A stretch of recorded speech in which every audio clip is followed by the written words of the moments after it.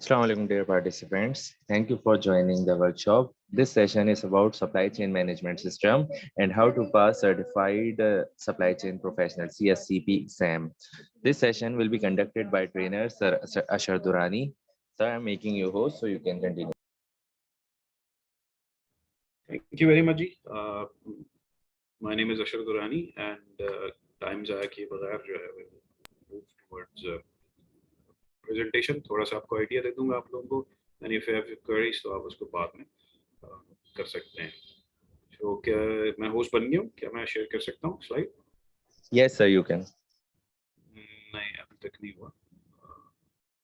Okay ठीक है, thank you. So Bismillahirrahmanirrahim. I'll go quickly because time थोड़ा कम होता है.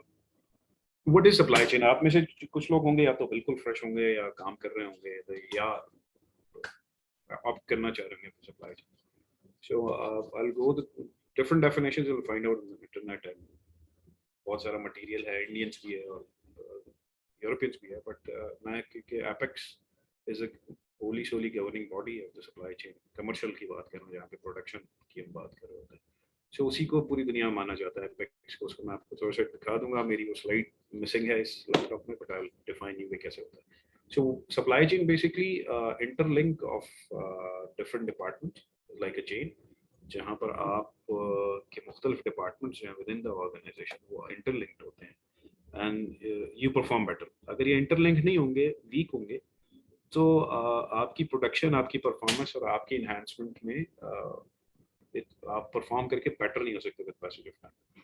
अच्छा, ये वी आर लाइक, मैं इसकी एग्जांपल आपको ऐसे देता हूँ कि एक ऑर्गेनाइजेशन है जो जीन्स की पेंट्स बनाती है, डेनिम बनाती है, और वो सिर्फ पाकिस्तान में या कराची में बिकती है. तो उसका सिक्योरिटी डिपार्टमेंट है, एडमिन डिपार्टमेंट है, परचेज है, रॉ मटेरियल परचेज है, स्टोर है, लॉजिस्टिक है, उसके बाद सिक्योरिटी शामिल है, एडमिनिस्ट्रेशन है, फूड सर्विसेज, स्टाफ अगर 500 लोग काम कर रहे हैं दिन रात की शिफ्ट में, तो खाना है, मुख्तलिफ डिपार्टमेंट्स है जो कि इंटरलिंक्ड. वो जितने ज्यादा इंटरलिंक्ड है, जितने ज्यादा कोऑर्डिनेटेड है, उतनी परफॉर्मेंस बेहतर होती है. वो जितने डिफरेंस उनके दरमियान में ब्रेकेज है, वो उतने बेहतर परफॉर्म नहीं कर रहे. अच्छा, ये तो एक simple example of the genes and all that. अब उस जीन्स को रॉ मटेरियल कौन प्रोवाइड कर रहा है? वो अब उसके साथ आपकी लिंकेज कितने वेंडर्स हैं. आपको इलेक्ट्रिसिटी चाहिए, आपको गैस चाहिए प्रोडक्शन के लिए, आपको ट्रांसपोर्ट चाहिए, आपको फ्यूल चाहिए, आपको पानी चाहिए, मैनी थिंग्स. सो आपके वेंडर्स या आपके सप्लायर्स कौन है, उनके साथ आपका रिलेशनशिप कैसा है, उनके साथ आपकी कोऑर्डिनेशन और चेन कितनी स्ट्रांग है. And then you have customer sale. आप कहाँ कर रहे हैं? मॉल में कर रहे हैं, तारिक रोड की शॉप पे कर रहे हैं, आपकी अपनी आउटलेट है. सो ये सारी चीजें मैटर कर रही होती. स्क्रीन शेयर हो रही है या चली गई? सर चली गई है, वापस शेयर कर लें. अच्छा sorry, I don't know why. So coming back, it's a chain, it's an interrelationship between within the organization and outside the organization with your stakeholder.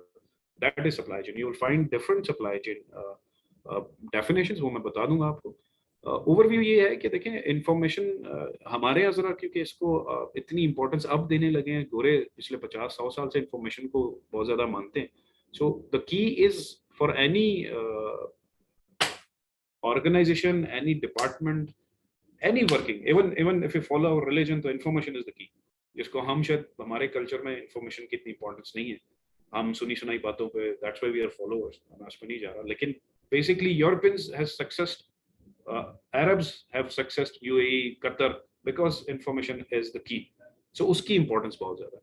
So अगर हम शुरू करते हैं कि वेंडर है और यहाँ से मेरे पास हम इम्पोर्टर्स हैं, हमने कहीं इटली से, अमेरिका से, बांग्लादेश से, चाइना से चीज़ें मंगाई, वो ट्रांसपोर्ट हुई, वो ट्रांसपोर्ट होने के बाद मेरे किसी वेयर हाउस में आई, अब वो रॉ मटेरियल की फॉर्म में, वहाँ से ट्रांसपोर्ट होके फिर फैक्ट्री तक आई, फैक्ट्री में फिर प्रोडक्शन हुई.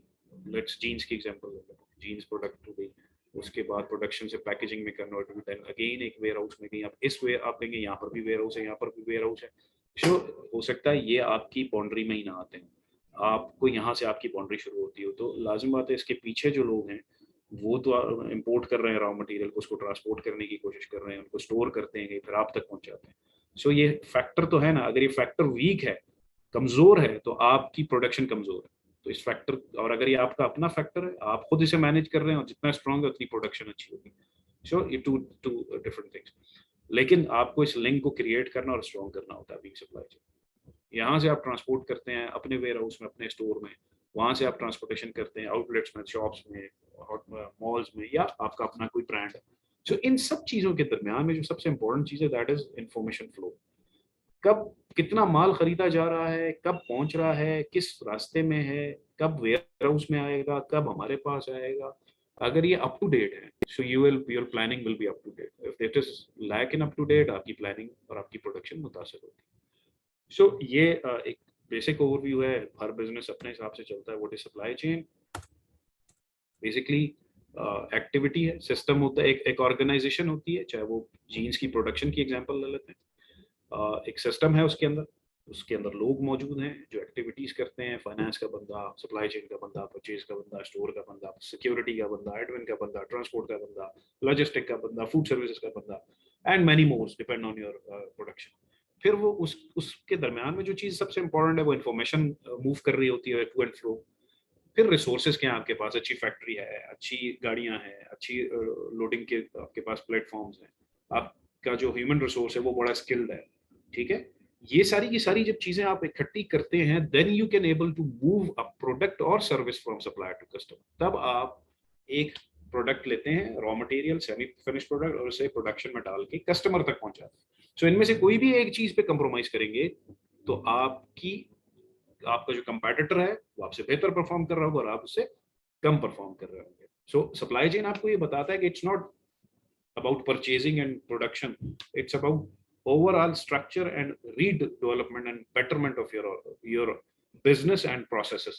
So इसमें खाली इंफॉर्मेशन, पैसा लगा देना, एक सिस्टम सैप लगा देना, लोगों को स्किलफुल ना करना। सो जितने ज्यादा स्किलफुल आपके पास लोग होंगे उतना ही आपकी प्रोडक्ट और बेहतर तरीके से मूव करेगी।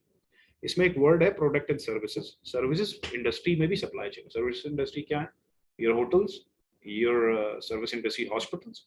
आपको के इलेक्ट्रिक बिजली दे रही है, या पाकिस्तान में वापडा या कैश जो भी है वो बिजली दे रहा है। Then you have gas services, janitorial services, इस तरह की ट्रांसपोर्ट सर्विसेज। ये जितनी सर्विसेज हैं जो दिखाई नहीं देती हैं आपको, but they are service industry. हम खाना खाने जाते हैं रेस्टोरेंट में तो हमें फूड तो दिखाई देता है, लेकिन but it is service industry. आप वहां खाना ज्यादा पसंद करते हैं जहाँ पे आपके टेस्ट बेहतर रहे, कंसिस्टेंट रहे, बैठने का एम्बियंस बहुत अच्छा हो। तो सर्विस इंडस्ट्री का अपना एक सप्लाई चेन होता है और वो आप तक चीजें पहुंचाती है। मिसाल के तौर पे बिजली हमारे घरों तक आ रही थी, हम इसे छू नहीं सकते, लेकिन there is a supply chain behind this all. Gas हमारे तक हम तक आ रही होती है। इसी तरह मुख्तलिफ है। अब हम आउटसोर्स कर देते हैं अपनी क्लीनिंग सर्विसेज या वाटर सर्विसेज। तो मुख्तलिफ सर्विसेज हैं जो कि हॉस्पिटल इलाज कराने जाते हैं। अनफॉर्चुनेटली पाकिस्तान में हम पैसे देते हैं आसान तक जाने के लिए, लेकिन यूरोप और अच्छे मुल्कों में, डेवलप मुल्कों में आप टैक्स से अपनी सर्विसेज ले रहे होते हैं। सो दे प्रोवाइड यू सर्विसेज, आपको प्रोडक्ट नहीं ले रहे होते, सिर्फ मेडिसिन ऑपरेशन हो रहा होता है, आपकी ट्रीटमेंट हो रही होती है, बट आप जाते हैं अच्छे से अच्छे की तरफ बिकॉज द सर्विस पर डिपेंड करता है। सो सप्लाई चेन एक्टिविटीज जो है वो बेसिकली रॉ मटेरियल को ट्रांसफॉर्म करती है कंपोनेंट्स में, छोटे पार्ट्स में या पार्ट्स में, और देन इट्स फिनिश प्रोडक्ट्स में, और फिर हम डिलीवर कर देते हैं एंड कस्टमर को। जो आपके around whatever it is pen, pencil, pen, till the aircraft और शिप और ट्रेन और गाड़ियां, बाइक्स, रिक्शे, buses, this is all supply chain. अगर ये सप्लाई चेन की थ्रू प्रोडक्शन ना हो रही होती तो ये चीजें हमें नहीं मिल रही होती। होता क्या है, कौन कौन मेजर स्टेक होल्डर है? एक आपका सप्लायर होता है, एक से ज्यादा भी हो सकते हैं, बेसिक वो है सप्लायर है। सप्लायर से चीजें मैन्युफैक्चरर तक आती हैं, मैन्युफैक्चरर उसे मैन्युफैक्चरिंग करता है, उसके बाद वो डिस्ट्रीब्यूशन चैनल ढूंढता है, डिस्ट्रीब्यूटर से वो रिटेलर तक आती है, और रिटेलर से मैं और आप जाके ग्रोसरी किसी बड़े स्टोर से उठा के ले आते हैं, गाड़ी लेने या बाइक लेने किसी शोरूम पे चले जाते हैं। हम यहाँ नहीं जाते, हम प्रोडक्शन की फैक्ट्री में नहीं जाते, हम यहाँ जाते हैं। सो कस्टमर की एक्सेसिबिलिटी रिटेलर बहुत ज्यादा डिस्ट्रीब्यूटर तक है। सो ये चैनल होता है ओवरऑल बिजनेस करने का। लेकिन 2000 या 2005 के बाद दुनिया में एक चेंज आया है जिसमें आप आज इस रिटेलर को ओमिट करके ऑनलाइन सर्विस की बात करते हैं। फूड पांडा से खाना मंगा लेते हैं ऑनलाइन, दराज है या alibaba.com है या Amazon, whatever it is. So दुनिया में अब रिटेलर खत्म हो गया और यहाँ पर आप बैठे बैठे अपना ऑर्डर प्लेस करते हैं जो डिस्ट्रीब्यूटर के पास जाता है, और अब एक और नया हो गया है कि अब आप डिस्ट्रीब्यूटर नहीं, अब आप डायरेक्टली मैन्युफैक्चर तक जाते हैं और वो आपको सर्विस प्रोवाइड कर रहा होता है, कस्टमर को सेटिस्फैक्शन दे रहा होता है।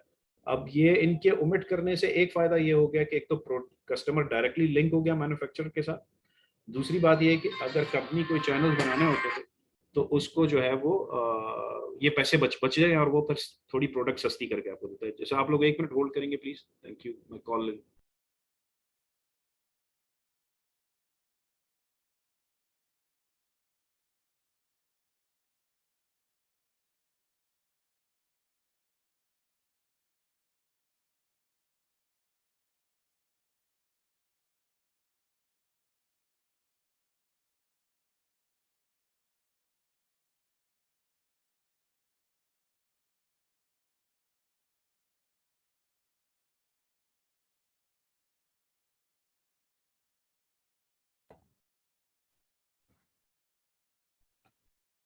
Okay, so continue. Typical supply chain model किसी भी चीज को डेवलप करने के लिए कोई भी बेसिक्स चीज होती है, जिसमें सोप हैं, शैम्पूज हैं, टूथपेस्ट हैं, जो रूटीन की प्रोडक्ट्स हैं हमारी, वो या खाने पीने की चीजें हैं। रॉ मटेरियल आता है सप्लायर के पास, सप्लायर उसे मैन्युफैक्चरर तक पहुंचाता है, डिस्ट्रीब्यूशन होती है, कस्टमर तक होता है और कंज्यूमर होता है। रॉ मटेरियल, जीन्स की एग्जांपल ली, जीन्स पे वापस आते हैं।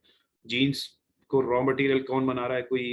कोई कपड़ा या कोई खेती बाड़ी कर रहा है और उससे वो कपास के जरिए सप्लायर को लूम्स तक पहुंचा रहा है, लूम्स उसे कपड़े में कन्वर्ट कर रहा है, धागों में कन्वर्ट कर रहा है, धागों से फिर वो जीन्स के कपड़े में कन्वर्ट हो रहा है, then it is come to manufacturing. So इसका अपना बिजनेस है, इसका अपना बिजनेस है, इसका अपना बिजनेस है। मैन्युफैक्चरर फिर डिस्ट्रीब्यूशन या तो खुद कर रहा है या थर्ड पार्टी को दिया, भाई आप मेरा ये काम करें और मेरी चीज़ों को पहुंचाएं प्रोडक्शन के बाद।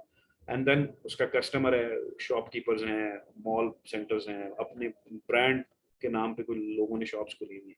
सो ये उनके कस्टमर्स हैं, या वो खुद ये चैनल चला रहे हैं। अगर उनके पास बेनतहा पैसा है तो वो मैन्युफैक्चरिंग भी खुद कर रहे हैं, डिस्ट्रीब्यूशन भी खुद कर रहे हैं और कस्टमर भी खुद मतलब कस्टमर बनना है अपने।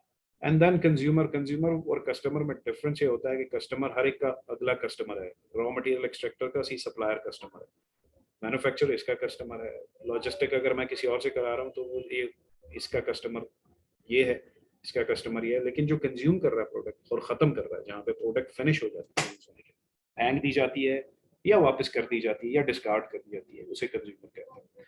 जो टिपिकल सप्लाई चेन दुनिया में, जो टिपिकल चीजें, जूसेस हैं, खाने पीने की चीजें हैं, फार्मास्यूटिकल है, वो एक ही तरीके से चल रही होती है, सिर्फ थोड़े प्रोसेस फर्क होते हैं।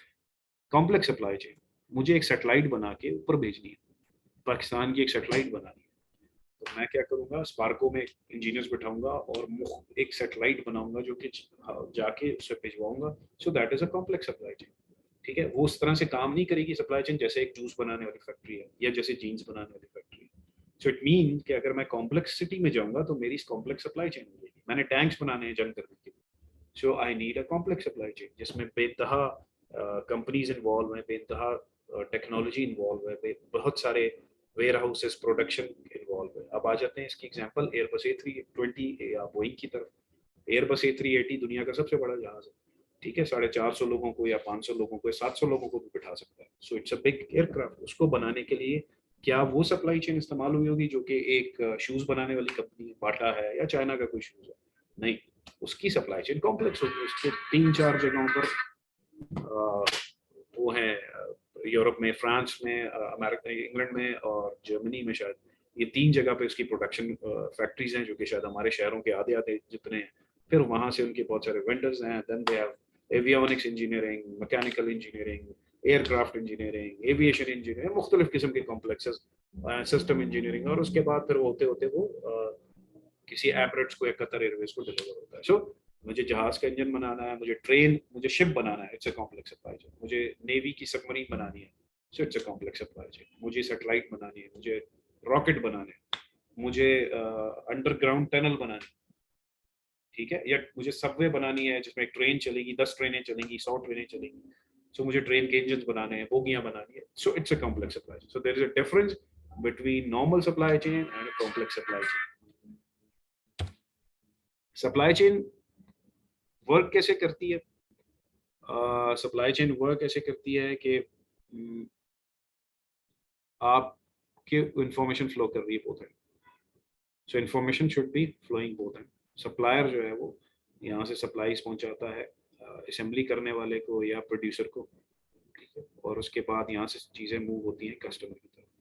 So basically primary product flow हमेशा सप्लाई चेन में सप्लायर टू कस्टमर होता है। यानी मैं मोबाइल की एग्जांपल लूँ या लैपटॉप की एग्जांपल लूँ, सो मोबाइल हम शॉप से खरीदते हैं, हम जाते हैं, पसंद करते हैं, प्राइस देते हैं और चीज़ ले लेते हैं। तो इसका मतलब ये हुआ कि प्रोडक्ट पहले सप्लायर से असेंबली की तरफ आती है, असेंबल होती है, पैकिंग होती है और कस्टमर तक पहुंचाई जाती है। सारा खर्चा प्रोडक्शन कंपनी दे रही होती है, ठीक है जी। सो प्रोडक्ट फ्लो होके इधर तक आ जाती है एंड देन यू पे बैक, और वो पैसा फिर आहिस्ता आहिस्ता रिवर्स में ऊपर जाता है। यानी मैं यहाँ शॉप पे पैसे देता हूँ, वो पैसे प्रोडक्शन तक जाते हैं मुख्तलिफ चैनल से होते हुए, और फिर प्रोडक्शन से जो रॉ मटेरियल सप्लायर्स हैं उनको दिए जाते हैं। सो क्रेडिट पे काम किया जाता है ज्यादातर। सो पहली इन्वेस्टमेंट जो है वो प्रोडक्शन कंपनी की होती है। कुछ चीजें हमें शॉप्स पर मिलती हैं, हम लेते हैं और पेमेंट करते हैं। लेकिन अगर मैं आपसे ये कहूँ कि जैसे मैंने एग्जांपल दी कि मुझे एक एयरक्राफ्ट एयर 380 चाहिए एयरबस, सो मैं ऐसा नहीं कर सकता ये जहाज खड़े हुए बने हुए खड़े हैं and then we have to buy it, no, we have to pay some amount, ठीक है, कुछ अमाउंट हमें यहाँ असेंबली तक देनी पड़ती है और उसके बाद उस पर काम होता है। या ये होता है कि मैं ऑर्डर कंफर्म कर देता हूँ कि इतने बिलियंस रुपीस में आपको दूंगा, आप मुझे प्रोडक्शन करके। तो कुछ चीजें जो कॉम्प्लेक्स सप्लाई चेन है वो हमेशा ऐसा नहीं होता कि बनी हुई और आप उस पर काम कर रहे हैं। बुर्जुल खलीफा जो दुनिया की इस वक्त की हाईएस्ट इमारत है, ऐसा नहीं होगा कि वो बना के खड़ी कर दी गई होगा फिर उसके बाद, नो नो, इट मींस पहले उसके लिए पैसे जमा किए गए होंगे और फिर उसके बाद प्रोसेस किया गया होगा। लेकिन हम क्योंकि सप्लाई चेन में जनरली प्रोडक्ट्स को देख रहे होते हैं जो हमारी रोजमर्रा की होती है, so they basically produced and reach to the end user, और फिर हम उसे पैसे कैश फ्लो वापस करते हैं। फिर एक चीज है reverse product flow.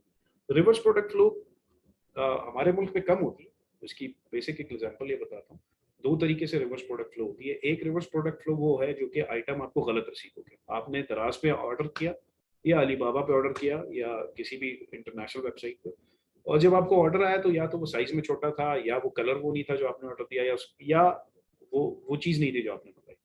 So that is for that आपको सप्लाई चेन आपको प्रोडक्ट वापस पहुंचाना। दराज में अनफॉर्चुनेटली ये होता है, पाकिस्तान की सक्सेसफुल नहीं है इस बिजनेस में।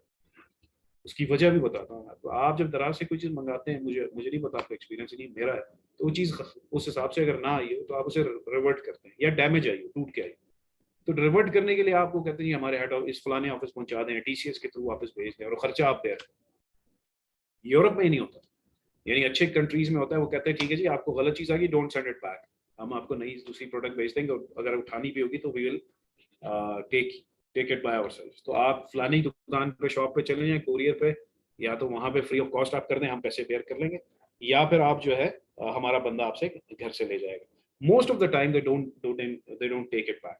अभी रिसेंटली एक एग्जांपल है, मेरे कजन ने यूएस में शूज, कराची आने से पहले शूज लेने थे, और अमेजोन से या वॉलमार्ट से शायद उसने शूज मंगवाए। वो शूज जो है वो साथ वाले घर में गलती से डिलीवर हो गए, उनके बॉक्सेस का चक्कर हो गया। एंड वन ही कंप्लेन कि यार मुझे तो शूज मिला नहीं है, आई हैव टू गो, मेरी फ्लाइट है।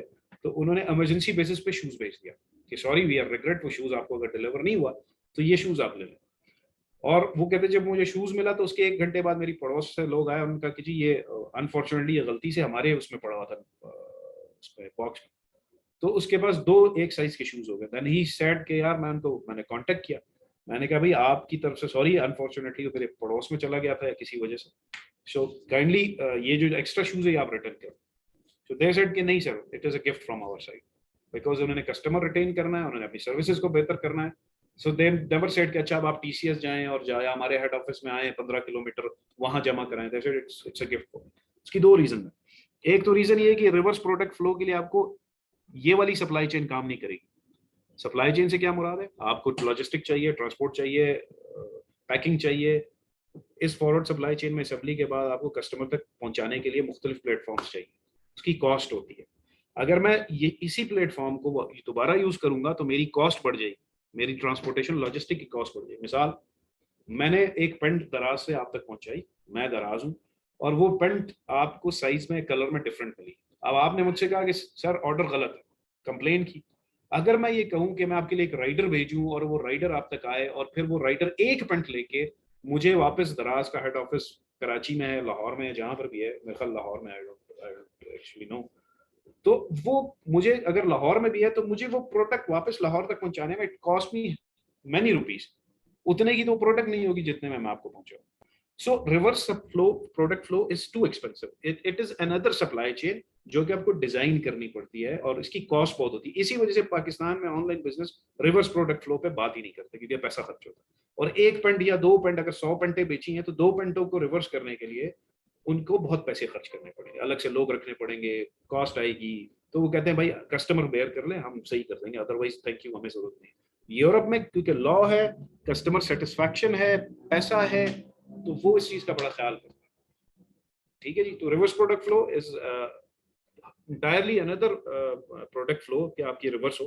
कुछ चीजों में करनी पड़ती है, यूरेनियम का यूटिलाइजेशन है, एचपी के और कॉम्पैक्ट के आपने वो एक्सक्यूज मी कॉटरेजेस आप यूज करते हैं प्रिंटर्स में, तो यूरोप में, मिडिल ईस्ट में लॉ है कि वो वापस रिवर्स होगा। यूरोप में आपने देखा होगा फिल्मों में या ड्रामों में, अगर आप देखो कि गाड़ियां को स्क्वीज कर देते हैं, वो दोबारा उसको रिसाइकिल करते हैं। So there is a law of recycling, कानून बहुत सख्त है, तो उन्हें मजबूरन ये रिवर्स प्रोडक्ट फ्लो मैनेज करना पड़ता है। उसकी वजह ये कि उसको अगर वो डिस्कार्ड करने जाते हैं और उसको फेंक देते हैं हमारी तरह मिट्टियों में या कहीं समंदर पे जाके फेंक देते हैं, तो उनपे जो फाइन लगता है वो इतना ज्यादा होता है कि दे हैव टू, उससे सस्ती रिवर्स प्रोडक्ट फ्लो होती है।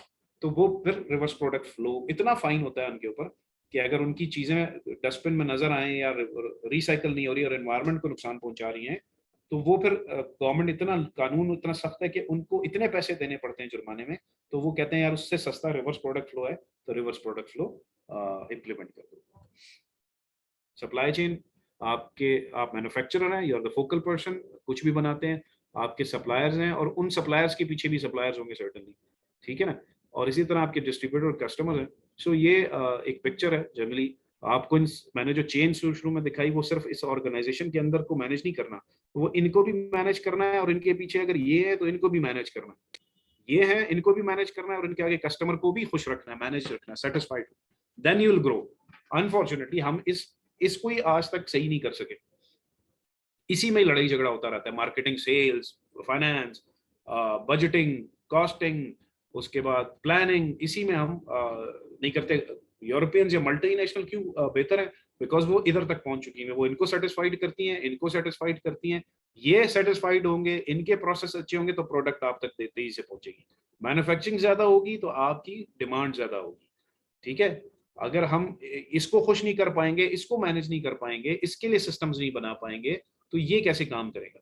सो अमेरिकन या जापानीज या Italians is better than us because उन्होंने अपनी सप्लाई चेन को, इसको सबको ठीक कर लिया, सिस्टम्स ऐसे बना लिए और प्रोसेसेस ऐसे बना लिए और इनको भी ठीक कर लिया, तो तरक्की कर रहे हैं। इसी तरह अलीबाबा की एग्जांपल है। दराज और अलीबाबा में डिफरेंस इसलिए कि दराज अभी तक इसको ही ठीक करने में लगा हुआ है, या इसको ही ठीक करने में उसका वो नहीं है, तो आप सेटिस्फाइड नहीं होते। सो कोई भी कंपनी जब सप्लाई चेन में काम करती है तो ओवरऑल सबको लेके चलती है। सप्लाई चेन को अगर मैं सम अप करूं तो आपके सप्लायर्स हैं, प्रोक्योरमेंट का प्रोसेस है, मैन्युफैक्चरिंग का प्रोसेस है, प्रोडक्ट डेवलपमेंट का प्रोसेस है, इन्वेंट्री को मैनेज करने का प्रोसेस है, डिस्ट्रीब्यूशन का प्रोसेस है, लॉजिस्टिक है, ठीक है, रिटेल है, कस्टमर है। तो ये आपकी बहुत सारी फील्ड्स हैं जिसमें आप स्पेशलाइज कर सकते हैं सप्लाई चेन के अंदर। You can go into the supply chain and अपनी फिर फर्दर आप एनहांस कर सकते हैं अपनी स्किल्स को, और इस तरीके से प्रोडक्शन में जा सकते हैं इंजीनियरिंग करके, इन्वेंट्री मैनेजमेंट में जा सकते हैं, डिस्ट्रीब्यूशन प्लानिंग में जा सकते हैं, लॉजिस्टिक मैनेज कर सकते हैं, रिटेल को देख सकते हैं, कस्टमर सेटिस्फैक्शन में जा सकते हैं, मैन्युफैक्चरिंग में, प्रोक्योरमेंट में जा सकते हैं, सप्लायर मैनेजमेंट में जा सकते हैं। So it's a huge field. Basically supply chain management, जैसे मैंने शुरू में एक डेफिनेशन ली, उसमें आपको कहा कि प्रोसेसेस और चीज़ों को मैनेज करना, तो एक डिज़ाइन है, मैनेजमेंट के प्रोसेसेस है, डिज़ाइन है कि आपकी फैक्ट्री कैसे डिज़ाइन है, आपका प्रोसेस कैसे डिज़ाइन है, फिर आप मैनेजमेंट डिज़ाइन करते हैं, अपने प्रोसेसेस को डिफाइन करते हैं पूरी अक्रॉस दी ऑर्गेनाइजेशन बाउंड्रीज, कि आपकी ऑर्गेनाइजेशन के फाइनेंस वाला ये ना कह रहा हो मेरा प्रोडक्शन से क्या ताल्लुक, मार्केटिंग प्रोडक्शन वाला कह रहा हो मेरा मार्केटिंग से क्या ताल्लुक है, मार्केटिंग करो, मैं तो बना ही नहीं सकता 100 चीजें, 1000 चीजें पर मंथ बर्थडे बना ही नहीं सकता, मेरी कैपेसिटी नहीं है। सो आपको सबको लेके चलना पड़ता है। सप्लाई चेन का रोल एज अम्ब्रेला होता है, और supply chain manager, director, DGM या सीईओ सप्लाई चेन, ये सब बड़ी ऑर्गेनाइजेशन में सबको साथ लेके चलते हैं, तभी जाके आपकी सक्सेस होती है। गोल क्या है जी? The goal of matching supply and, basically पूरी दुनिया जो है ना वो इसके गिर्द चल रही है। डिमांड है तो सप्लाई प्रोवाइड करेंगे। मैं आपसे कहूँ कि नोकिया का वो 3310 जो बटन वाला फोन है वो आज ले लो, आप समझते हैं उसकी डिमांड है, इट्स गॉन। ठीक है, आप उसे ले तो लेंगे वॉइस के लिए, मैसेज एसएमएस के लिए, बट आपकी दुनिया YouTube, Facebook, Insta, what ever it is, ठीक है जी, टिकटॉक फलाना, तो अब आप उसकी डिमांड ही नहीं रही। तो उसकी डिमांड नहीं है तो उसकी सप्लाईज भी कम हो गई। इसी तरह मैं आपसे कहूँ कि जी 40 लाख रुपए में एक नई करोला या होंडा आती है पाकिस्तान में, जिसमें एयर बैग्स हैं, एलईडी लगी है, कैमरा लगा है, लेकिन मैं आपको एक जो है ना 82 करोला दे रहा हूँ 40 लाख रुपए में, बड़ी जबरदस्त है, नई मैन्युफैक्चर होकर आई है, उसका मैनुअल सब कुछ है, ना एयर बैग्स है ना कुछ है। Are you going to buy that? नहीं, आपकी उसकी सप्लाईज खत्म हो चुकी है, डिमांड ही खत्म हो गई है। सो पूरी दुनिया में जो गेम है वो बेसिकली ये है कि आपको ना कस्टमर की डिमांड को फुलफिल करना, उसमें रिटेलर भी शामिल है, रॉ मटेरियल वाला भी शामिल है, मैन्युफैक्चरर भी शामिल है, डिस्ट्रीब्यूटर भी शामिल है, होलसेलर भी शामिल है, but this is mission impossible. आप 100% किसी की भी डिमांड को केटर नहीं कर सकते। मैंने अभी आपको एक एग्जांपल दी, एक जमाने में नोकिया 3310 जो है खरीदना बहुत बड़ी बात होती है जेब में, ठीक है, आज अगर आपसे कहे तो उसकी डिमांड वाइप आउट हो गई। सो डिमांड इज कंटिन्यूसली चेंजिंग। आप जो शर्ट एक दफा या शलवार कमीज कुर्ता पहनते हैं या जूता पहनते हैं, सारी जिंदगी वो जूता नहीं पहनते, एक्सेप्शनल केसेस, पाँव में तकलीफ है या कुछ है, वो दैट इज एक्सेप्शनल। लेकिन आप जो गाड़ी एक दफा यूज कर लेते हैं, आप दोबारा सेम ज्यादा पैसे देके 10 साल बाद वही मॉडल नहीं खरीदते। आप जो मोबाइल यूज कर लेते हैं, then you go for the next features mobile. So demand is continuously changing. इस डिमांड को पूरा करने के लिए ऑल दिस बखेड़ा जो सर कहते हैं जनरली, वो आप लगे हुए होते हैं इसके पीछे, और उसमें आप कंटिन्यूसली डिमांड को मॉडिफाई कर रहे होते हैं और चेंज कर रहे होते हैं। इसकी एग्जांपल ऐसे दूंगा, आप में से शायद जितने लोग अटेंड कर रहे हैं, सुन रहे हैं, आपने कभी फ्यूजी की कैमरा रोल की फिल्म देखी नहीं होगी, जिससे पहले पिक्चर्स खींचती थी। मोबाइल में तो कैमरा बड़ा आराम से 50 पिक्चर खींच लो। जब वन वी वर यंग तो वो हार्डली जो है वो 30 फिल्में आती थी, उसमें एल्बम्स होंगी पेरेंट्स की, आप वो बड़ा मुश्किल काम था। एक आप लेते थे एल्बम, उसको कैमरे में रोल को डालते थे, फिर आप पिक्चर खींचते थे, फिर वो डेवलप कराते थे, और फिर एल्बम बनती थी, और फिर 10 दिन बाद या 20 दिन बाद आपको एल्बम मिलती थी। सो वो वाइप्ड आउट है, आपको पाकिस्तान में कहीं नजर आती है, बल्कि पूरी दुनिया में नजर आती है। सो फ्यूजी और एक्फा ने डिमांड को केटर नहीं किया, या उनका मोटिव अपने इस बिजनेस से हट गया। पूरी दुनिया से जो है टेक्नोलॉजी चेंज हुई, कैनन के डिजिटल कैमरे आ गए जिसमें चिप लगती थी, मेमोरी कार्ड लगता था उस जमाने, और फिर मोबाइल आ गए, और मोबाइल में अब ऐसे ऐसे लेंस आ गए कि आप चांद को भी कैप्चर कर लेते हैं, जूम कर लेते हैं। सो डिमांड इज कंटिन्यूसली चेंजिंग, तो उस हिसाब से सप्लाई भी चेंज होगी। आज आप जाके किसी को कहीं कैमरे का रोल चाहिए तो शायद ही किसी के पास पड़ा। ठीक है, इसी तरह with passage of time demand changes and you have to change the supplies as well. So multi dimensional supply chain में क्या है कि आपको इंटर ऑर्गेनाइजेशनल कोऑर्डिनेशन, जो मैंने आपसे कहा कि आपकी जो अपने इंटरनल डिपार्टमेंट्स हैं उनको बेहतरीन कोऑर्डिनेशन के साथ रखना। Infrastructure inter functional organization coordinate, ठीक है जी, आपकी जो ऑर्गेनाइजेशन के साथ लिंक्ड लोग हैं, सप्लायर्स हैं, उनके सप्लायर्स हैं, कस्टमर्स हैं, रिटेलर्स हैं, होलसेलर्स, उनके साथ आपका linkage through system, through people, आपके प्रोसेसेस बेहतर हैं, और फिर आपकी अपनी एडमिनिस्ट्रेशन और activities and processes towards achieving maximum production and sale. तो ये सेंटर में रोल प्ले करता है सप्लाई चेन। इसको मैं स्किप करता हूँ। Losing site of the common object, ये हमारी ऑर्गेनाइजेशंस की जनरली सोच होती है कि जी अगर एक ऑर्गेनाइजेशन के डिपार्टमेंट्स हैं, फाइनेंस है, सप्लाई चेन है, परचेज है, so when there is a problem तो वो कहते हैं अच्छा अच्छा यार इसकी क्लास वो बहुत अपने आप को हीरो समझता है, या ये डिपार्टमेंट वाले अपने आप को बहुत दादा बादशाह समझते हैं। सो होता क्या है, अल्टीमेटली योर कंपनी सिंक्स, ठीक है, और आप फिर जॉब ढूंढ रहे होते हैं कुछ सालों बाद कि नहीं नहीं यार वो तो हालात ही ऐसे हो गए, तनख्वाह नहीं बढ़ा रहे, रेज नहीं दे रहे, काम दबा के करा रहे हैं। So this is basically dilemma as a nation, ठीक है। और क्योंकि I have been work with the US organization के 2 प्रोजेक्ट्स मैंने किए हैं फॉर 7 years and 4 years करते वो काम जिस तरह, उनके प्रोसेसेस बड़े स्ट्रांग होते हैं, they give you the importance as employee, ठीक है, और उनको उनका ये विजन होता है कि ये जो ऑर्गेनाइजेशन है ना ये सबकी है। सो एक ड्राइवर भी जो हमारा काम करता था या पीएन भी था, उसको सेम स्टैंडर्ड्स पे ट्रीट किया जाता। सो उससे उनकी तरक्की का एक राज है, they don't you can say कि वो डिफरेंशिएट नहीं करते। सप्लाई चेन इवॉल्व कैसे हुई? शुरू से है प्रोडक्शन अमेरिका या यूरोप में आज से 150-200 साल पहले हो गई। सप्लाई चेन इवॉल्व ऐसे हुई कि 1910 से 1920 में जब गाड़ियां बनना शुरू हुई अमेरिका में, तो Ford was the leading manufacturer in America उस जमाने में। तो अमेरिका में फोर्ड की जो रेवोल्यूशन थी वो ये थी कि जी उसको डिटेल में अपनी आप समझ लें, vertical supply chain. Vertical supply chain क्या होती है? फोर्ड के ही लोहे बनाने की फैक्ट्री थी, फोर्ड के मालिक ही जो है ना चेजेस बनाते थे, फोर्ड के मालिक ही कलर बनाते थे, टायर कंपनी भी उनकी अपनी होती थी। तो वो एक गाड़ी बना के काले रंग की और सेल करते थे और कहते थे it is the car is only black. ठीक है जी। तो लोग खरीदते थे क्योंकि ऑप्शन ही नहीं था। मेरे पास अगर एक ही गाड़ी मुझे नजर आएगी और एक ही तरह के मॉडल नजर आएंगे तो मैं वही खरीद। Then what happened in 1960 1970, Toyota ने रेवोल्यूशनाइज किया। आज भी दुनिया में टोयोटा की सप्लाई चेन कराई जाती है। सो टोयोटा डिड, और उसने कहा कि भाई आपको गाड़ी ब्लू में चाहिए, रेड में चाहिए, ग्रीन में चाहिए, मॉडल डिफरेंट चाहिए, आई कैन प्रोवाइड। सो 1960 से 1970 में जब अमेरिका में टोयोटा ने जाके अपनी कारें बेचना शुरू की, तो पीपल रियलाइज कि यार कार स्पोर्ट्स कार भी हो सकती है, फैमिली कार भी हो सकती है, सेडान भी हो सकती है, कलर्स भी डिफरेंट हो सकते हैं।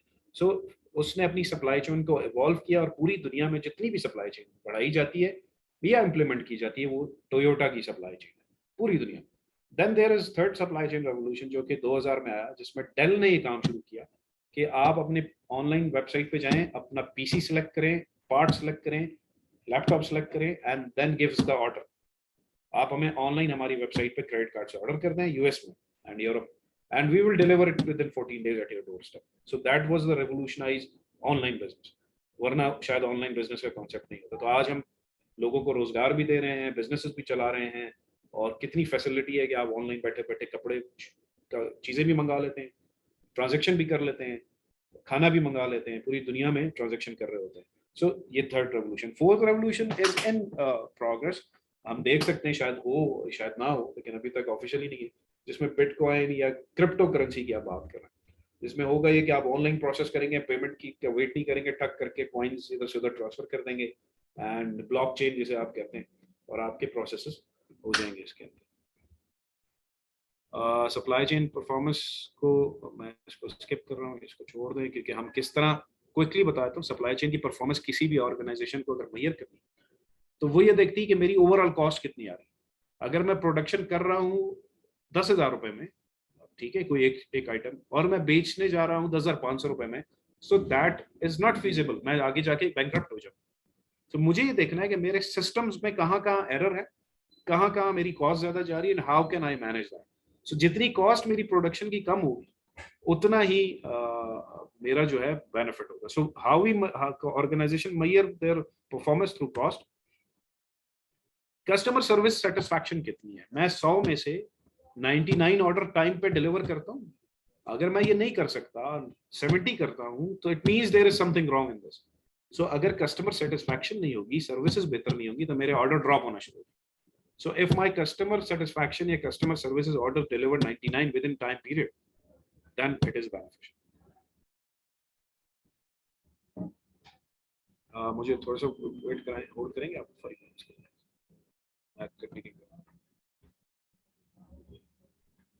Sorry, okay. सो सप्लाई चेन मैंने आपको बताया कि किस तरीके से मेजर करते हैं। देयर आर मेनी वेज, लेकिन बेसिकली परफॉर्मेंस आप मेजर करते हैं कि आपकी कॉस्ट क्या है, आपकी सर्विसेज क्या है, कितना टाइम आप दे रहे हैं। सप्लाई चेन डिजाइन लाजिम बात है when I am starting my business या रेनोवेटिंग माय बिजनेस। सो मुझे सप्लाई चेन डिजाइन करनी, जैसे मैंने आपको शुरू में एग्जांपल दी कि making a juice, making soap, daily use की जो आपकी प्रोडक्ट्स है, and making an aircraft is a different ball game. So अगर मैं कपड़े बनाता हूँ, कॉटन की शर्ट्स बनाता हूँ या टी शर्ट्स बनाता हूँ, there is a different supply chain. लेकिन अगर मैं जूसेस बना के बेचता हूँ या फार्मास्यूटिकल में दवाइयाँ बना के बेचता हूँ, that is a different supply chain design. तो हम ये नहीं कह सकते कि सप्लाई चेन बस बेसिक एक होती है, बाकी आप जो है ना अपना हिसाब से फैक्ट्री लगा ले। It's not like this. So you have to manage your supply. अब ये मैं एक कॉम्प्लेक्स सप्लाई चेन की बात कर रहा हूँ, तो देखिए इसमें कितने सारे स्टोर्स हैं, कितने सारे डिस्ट्रीब्यूशन सेंटर्स हैं, फैक्ट्रीज हैं, मुख्तलिफ फैक्ट्रीज हैं, वेयर हाउसेज हैं, इंफॉर्मेशन है, ट्रांसपोर्ट है, बाई शिप है, बायर है, मुख्तलिफ सप्लायर्स हैं, सप्लायर 3 के टायर्स हैं, फिर raw material extraction. So the complex your business is, the complex your supply chain is. The simple is your business is, the simple is your supply chain. दूध वाले को क्या करना पड़ता है, डेयरी फार्म से दूध आता है गाड़ी में, वो अपनी शॉप में से किसी मशीन में डालता है, प्रोसेस करता है, थैलों में डालता है, डिस्ट्रीब्यूट कर देता है, ये उसकी सप्लाई चेन। बट लेकिन अगर मैं कोई पैरासिटामोल की टैबलेट बनाने जा रहा हूँ तो इट्स नॉट लाइक दैट कि जी बस रॉ मटेरियल आया, मैंने थैलों में डाला, डिस्ट्रीब्यूट कर। So I have a production house, I need a warehouse, I need a raw material warehouse, distribution channels, mechanical processes, medical processes, उनकी फिर ड्राइव की परफॉर्मेंस मेजरमेंट। सो मेरा बिजनेस चेंज हो गया।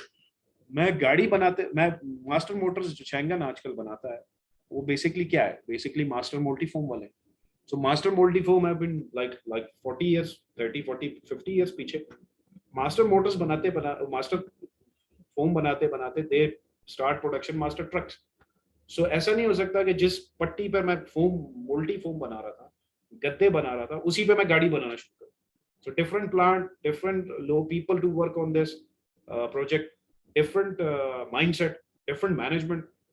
नाउ आज शैंगन आज आपके सामने कहां से कहां पहुंचा, सही है, लेकिन मास्टर का फोम जो है वो अपनी जगह प्रोडक्शन हो रहा है। सो जैसे जैसे मैं बिजनेस चेंज करूंगा मेरा business design should be change. Service supply chain की मैंने बात कर ली है, मैंने हॉस्पिटल की एक एग्जांपल डाली हुई है। हम बहुत सारे लोग अपना अल्लाह ना करे जाएं hospital, not a good place, but लेकिन जाते हैं। सो हाँ, उसकी अपनी सप्लाई चेन होती है। बाज़ाहिर हमें लगता है कि डॉक्टर और नर्सेज हैं और पीछे फार्मास्यूटिकल कंपनीज या फार्मासिस्ट हैं जो हमें दवाई देते हैं, उनके पीछे बहुत सारे लोग होते हैं। इलेक्ट्रिकल सप्लाईज आपको मिल रही होती है, एनर्जी होगी तो काम करेंगे, लाइट चली जाएगी तो बैकअप के लिए जनरेटर्स बड़े बड़े लगे होते हैं। रिपेयर एंड मेंटेनेंस के डिपार्टमेंट्स होते हैं जो एसी से लेके आपकी टेबल और आपके बेड से लेके सारे प्रोसेसेस को मैनेज कर रहे होते हैं। इक्विपमेंट सप्लायर्स होते हैं, ऑपरेशन के इक्विपमेंट्स अलग हैं, डायग्नोसिस के इक्विपमेंट्स अलग हैं। सो उसके बाद आपके मेडिकल सप्लायर्स हैं जो मेडिसिन प्रोवाइड करते हैं। जेनेटोरियल सर्विस है, ऑपरेशन हो गया तो उसकी सफाई अलग तरीके से होगी, वार्ड की सफाई अलग होगी, आईसीयू की सफाई अलग तरीके से होगी, नॉन क्लिनिकल एरियाज की सफाई अलग तरीके से होगी। फिर मटेरियल सप्लायर्स हैं, एसी लगे हुए हैं, चिलर प्लांट्स लगे हुए हैं, पानी आ रहा है, ऑपरेशंस के लिए चीजें आ रही है, गैसेस हैं। So it's a complex supply chain. बाज़ाहिर लगता है कि यार अस्पताल जाएंगे, 4 नर्सेज और डॉक्टर्स खड़े में और हमारा इलाज कर रहे हैं, नहीं, उनके पीछे पूरी एक सप्लाई चेन।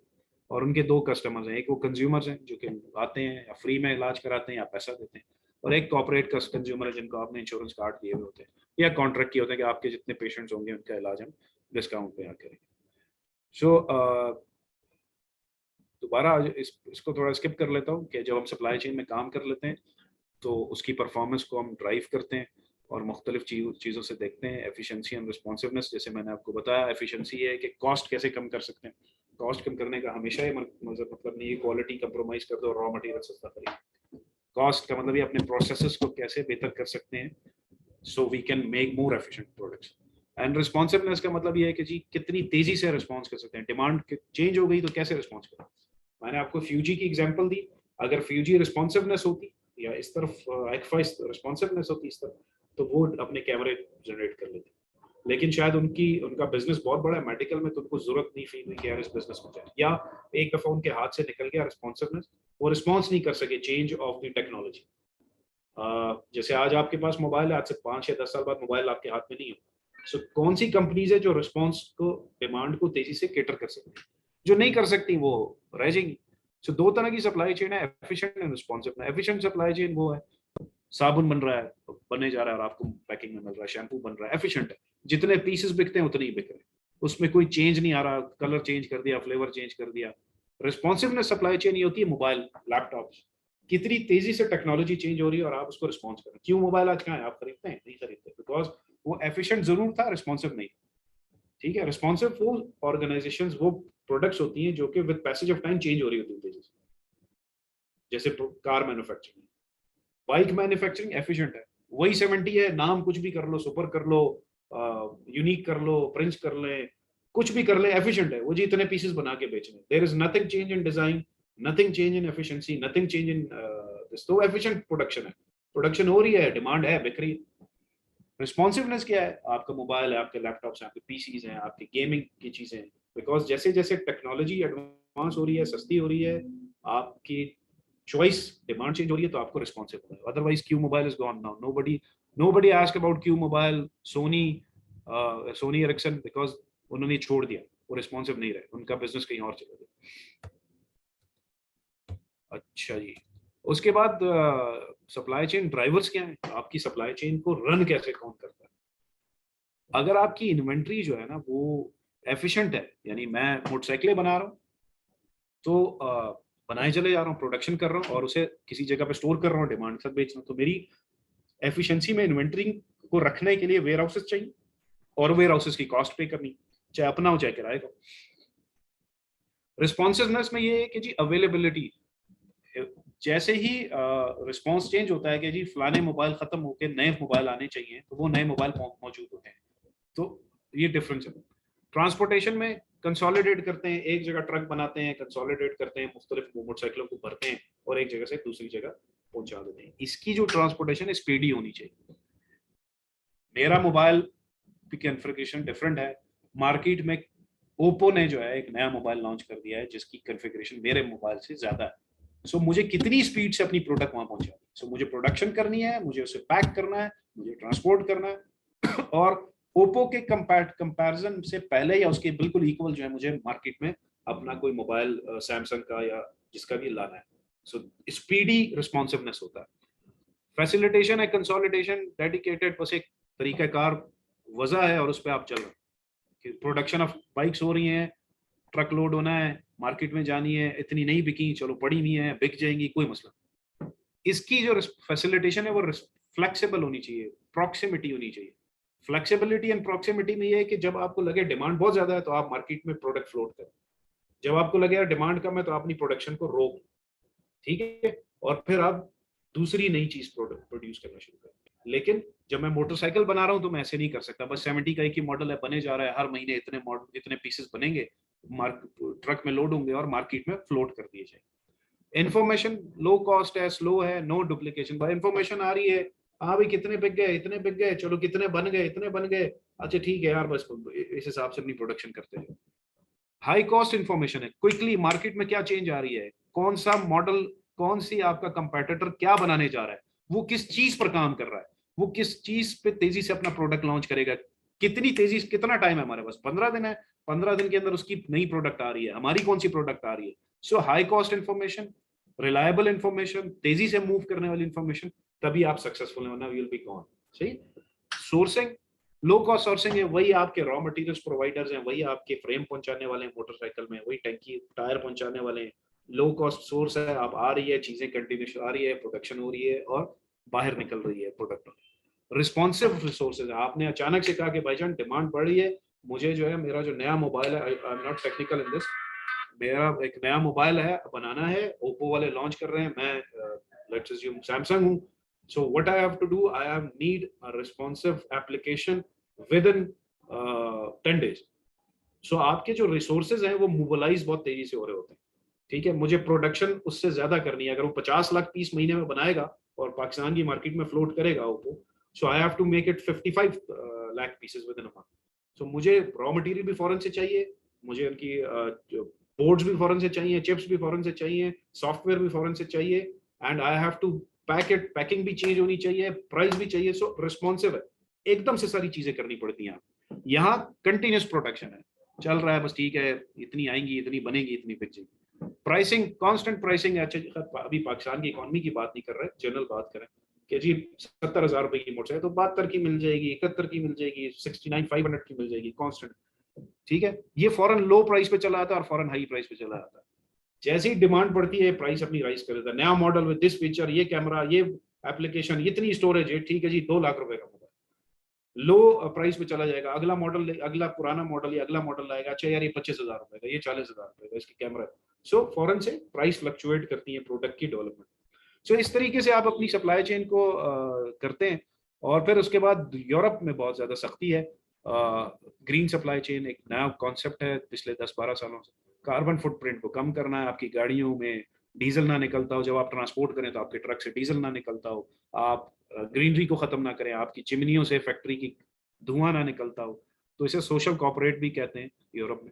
और आप जो है ना वो हाइजेनिक प्रोडक्ट्स बनाएं, रिसाइकल करें, गत्ते को दोबारा रिसाइकल करें, प्लास्टिक को रिसाइकल करें, समुद्रों में ना फेंकें, कचरे में ना डालें, आग ना लगाएं। तो उसके लिए उन्होंने बड़े सख्त लॉज बनाए। जो मैं शुरू में रिवर्स सप्लाई चेन की बात कर रहा था, रिवर्स सप्लाई चेन मजबूरी बन जाती है, उसके पैसे कम खर्च होते हैं कंपैरेटिव इसके जुर्माने की। सो अगर यूरोप में किसी कंपनी की ट्रांसपोर्टेशन कार से धुआं निकल रहा हो तो उस पर वो इतना जुर्माना डालते हैं कि वो कहता है कि भाईजान नई गाड़ियां खरीद लो, कोई बात नहीं, हमारी प्रोडक्ट खराब नहीं होनी चाहिए, हमारा कस्टमर। और लोग अवेयर हैं, लोग वो प्रोडक्ट इस्तेमाल करते हैं जो रिसाइकल्ड है, लोग खुद पढ़े लिखे हैं, शऊर वाले हैं, वो कहते हैं भाईजान हमें सस्ती प्रोडक्ट नहीं दो, हमें महंगी दे दो, लेकिन वो प्रोडक्ट दो जो कि माशरे और इन्वायरमेंट के लिए बेहतर हो।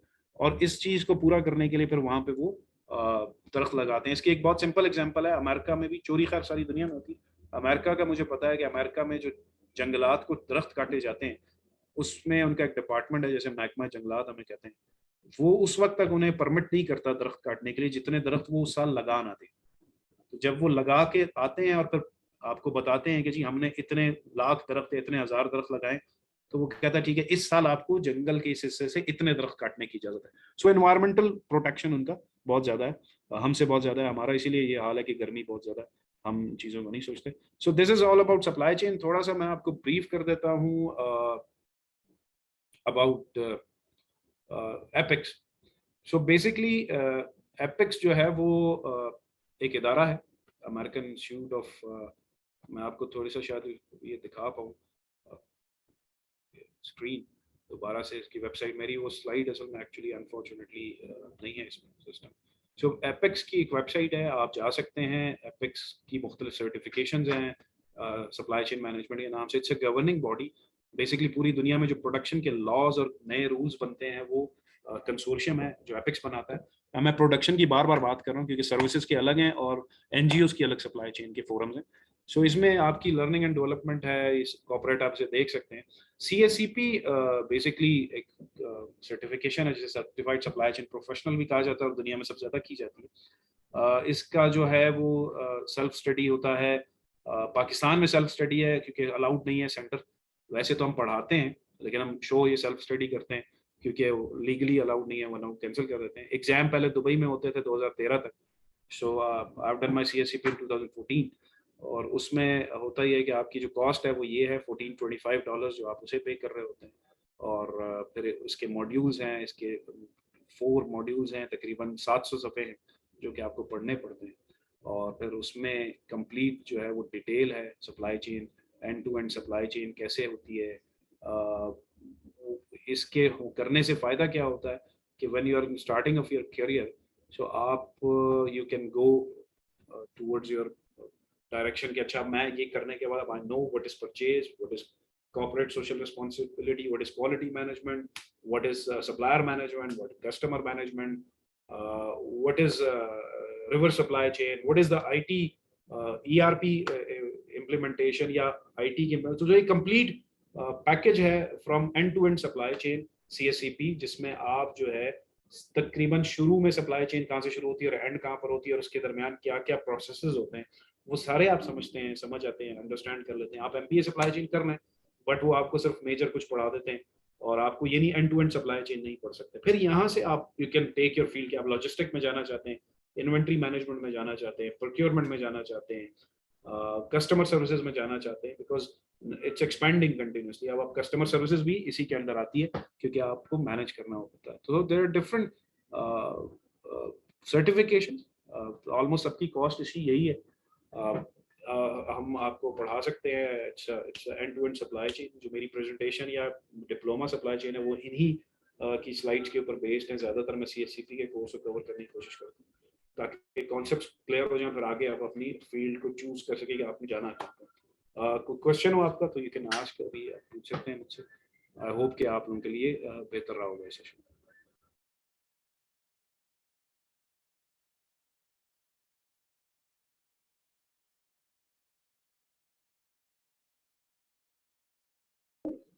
Thank you so much, Ashraf, for your session.